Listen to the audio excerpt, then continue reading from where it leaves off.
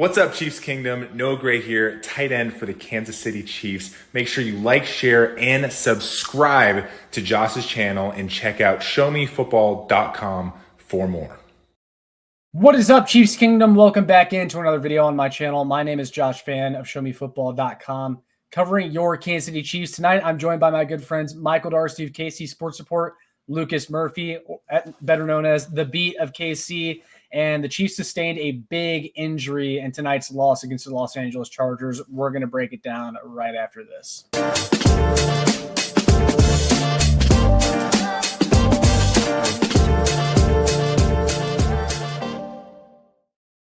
Ladies and gentlemen of the Chiefs Kingdom, welcome back in to another video.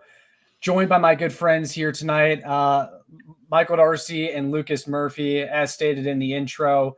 And we have done all sorts of coverage already on this game. The Chiefs dropping week 1 to the Los Angeles Chargers. We just got done shooting a video for Lucas's channel. You'll want to check that out as soon as it drops. But I wanted to talk about the underlying story after this game, and that is the injury to Chiefs wide receiver Xavier Worthy, who went out after about 3 plays with a shoulder injury after Travis Kelce accidentally ran into him while running his route.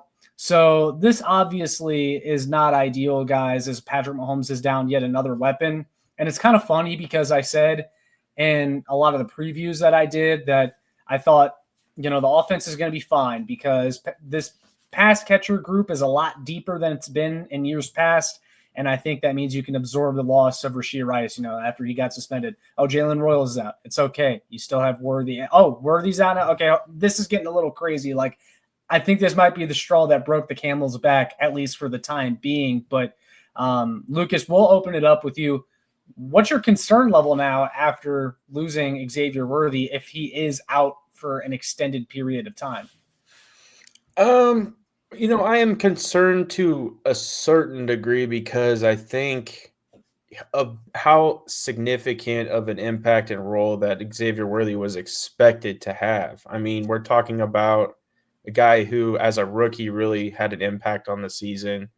The speed is one thing, but just the ability to kind of allow the offense to flow and find other guys is what Xavier Worthy was also able to do. I mean, when a guy like that goes out, you really take away some of the plays that you're able to call. And one of the things I kind of mentioned offline is even just the jet touch pass, just the ability to maybe run that. Or, Darcy mentioned the fact that we saw Tyquan Thornton having to take a deep ball that probably potentially could have been an Xavier Worthy type of pass. So my concern level is pretty significant, I think, for the fact that you're kind of having to change your game plan moving forward, depending on how long that injury is. It did look pretty significant, the fact that they're potentially popping his shoulder back in place. But I think also at the end of the day, we still have the greatest quarterback in the NFL right now. And we saw what he was able to do with Marquez Valdes-Scantling, guys like Sky Moore, Kadarius Toney. We're not to that level yet, I don't think. So I don't want to say my meter is completely gone past halfway, but it's definitely a lot higher than what it was without a guy like Rashee Rice and even without a guy like Jalen Royals, because he's still an unknown. We don't know what he's going to provide, but the fact that you're now taking a significant piece of your offense out, it definitely raised the meter. Michael? Josh, what do we have to do to see Hollywood Brown, Xavier Worthy, and Rashee Rice on the field at the same time? Who do I got to talk to? Where do I got to sell my soul? Why can't we just see this happen? It's always somebody. And it's just so ironic that the Chiefs lose yet another wide receiver due to friendly fire against the Chargers. How many times does this have to happen? I can't, my head's going to explode. But I'm a little bit worried about this because if you look at the injury, there's actually a video of the trainer on the sideline mouthing "not good." And I think this is something that kind of could follow him. And I think I saw something on Twitter. And again, it's Twitter. There's Twitter doctors. You can or you don't have to put a lot of stock into what they have to say. But his risk of getting re-injured on that same shoulder increases by 50%. And I mean, Josh, to kind of throw this question back at you, I almost blame Andy Reid. And what I mean by that, what is his infatuation with tiny, frail dudes? Why can't he get someone that's over $170 that might be a little bit slower, but is built for the NFL? It just seems like he has this infatuation with dudes that are, 5'10" and weigh 170 pounds. Yeah, well, I mean, I think that Worthy pick really was trying to emulate what they lost with Tyreek Hill. But the difference is Worthy is a lot skinnier than Tyreek Hill. Like Tyreek is a big, jacked, bulked dude that he can take some hits, right? And he's stayed relatively healthy throughout his career. I mean, so is Worthy, honestly, to his credit, because I don't want to make it seem like the dude's constantly injured. This was a bad luck thing for him. Yeah, Kelsey ran into him. It was he was caught off guard. It sucks. The Chiefs just have awful luck right now with the wide receiver position because a lot of these were avoidable self-inflicted injuries that have been happening.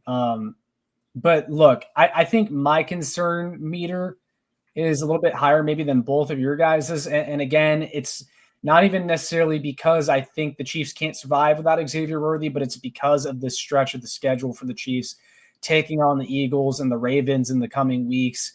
Man, I don't know what you're going to do. Obviously, we've seen Mahomes before do a lot more with less, but I'm kind of like I said this in the recap that I uploaded to my channel quickly before we hopped on, but like when Mahomes was going out there and flinging that ball on 4th and 7 and completing that deep pass to Tyquan Thornton or the floater to Juju Smith-Schuster, like it was cool, but I almost like wasn't even excited watching it. Because I'm almost tired of having to watch Patrick Mahomes carry this team like that. He deserves better than this. He doesn't need – I mean, it's unfair to keep asking him to go out there and make chicken salad out of you-know-what. So, I don't know. Am I wrong for thinking that, guys? I don't think so. No. I think, to the fact that you're trying to give the best quarterback – again, I'm going to keep hitting on that. The fact that you're trying to give the best quarterback – the best weapons. I mean, that's the intent. And, the fact that he is still having to, as we coined the phrase, Mahomes magic in a lot of situations. I mean, that ball where, like you said, he like freakishly shovel passes it to Juju Smith-Schuster. Like, what in the world?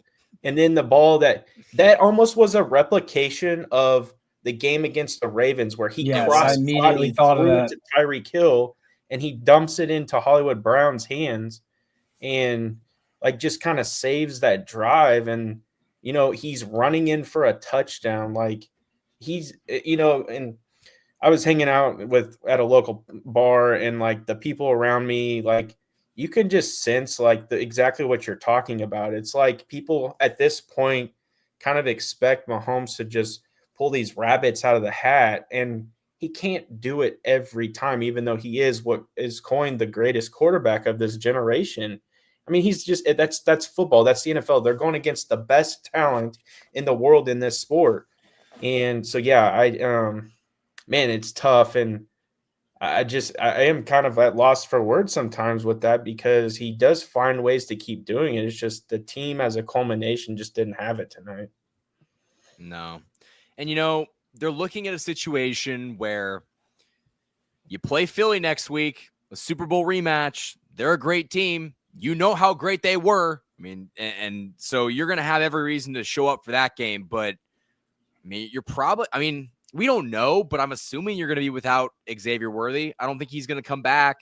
They were pretty quick to rule him out of this game. Yeah. I'm a little worried about that. I think we'll know how bad it is if the Chiefs immediately place him on IR this coming week. I think if you don't see him go on IR, that's encouraging because it means it's not that bad. But if he gets put on IR, I think it might be a while before we see him again. And like you said, Michael, I mean, the shoulders, those can be tedious injuries, and the chance of re-injury, they might just want to shelve him for a little bit. But now my next question for you guys is going to be what the plan is now that Xavier Worthy's out seemingly for a stretch of games probably. I think, Andy did make it seem like Jalen Royals, while he was out this week, it was probably only going to be a 1-week deal. Otherwise, I think you probably would have put him on IR already. He's probably going to be back soon. we saw some flashes out of Hollywood Brown and Tyquan Thornton tonight. Also, Juju Smith-Schuster, although like 2025, like Juju Smith-Schuster shouldn't have this big of a workload. But starting with Lucas, what do you think the Kansas City Chiefs do as far as a game plan now without Xavier Worthy? Because I think we all thought that he was a big part of the game plan for this one. And as soon as he went out, that kind of changed some things. I always try to compare to what I feel was like the worst case scenario, and that was when we had MVS, Kadarius Toney, Sky Moore. So like that to me is like the foundational baseline of what bottom barrel is. We're nowhere close to that, in my opinion, even with the injuries that we're sustaining. I mean, you'd mentioned a decent amount of guys, and then you have a veteran presence in Robert Tonyan, which I don't really even believe we saw too much of tonight. Travis Kelce can still be Travis Kelce. So I still think that you still have a little bit more of an upper hand with this offensive group. I still think the offense is going to be completely fine. We did score a decent amount of points for an NFL football game. It just was not, our defense just wasn't doing it on the other end. So the fact that we were still able to kind of contribute and produce, I still think without Xavier Worthy, because obviously that did happen on the third play of the game. So I still think that there's still a lot of upside and expectation for this offense. And we really strayed away from the running game, and you kind of had to because it just wasn't being effective, but that's still a weapon. We didn't really see a whole lot of like screens, dump offs. We didn't see a whole lot of targets.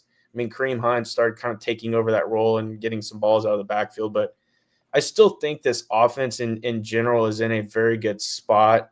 It's just alarming when guys like that you really depend on and expect to be there go out with injury or suspended or whatever it may be, and now you're kind of have to have a corrective action. I do, and correct me if I'm wrong, because I was going to ask you this before we jump into it. If he does get placed on IR, it's 6 games. Right? 4 games. 4 games minimum. Okay. So, yeah, I just wanted to clarify because, yeah, I mean, if he does, I mean, we're automatically – I mean, you mentioned the Eagles. The Ravens are in there. We're facing the Lions. Like, all that is coming up in this big stretch. So, yeah, it's an eye-opener. Yeah, Michael, what do you think?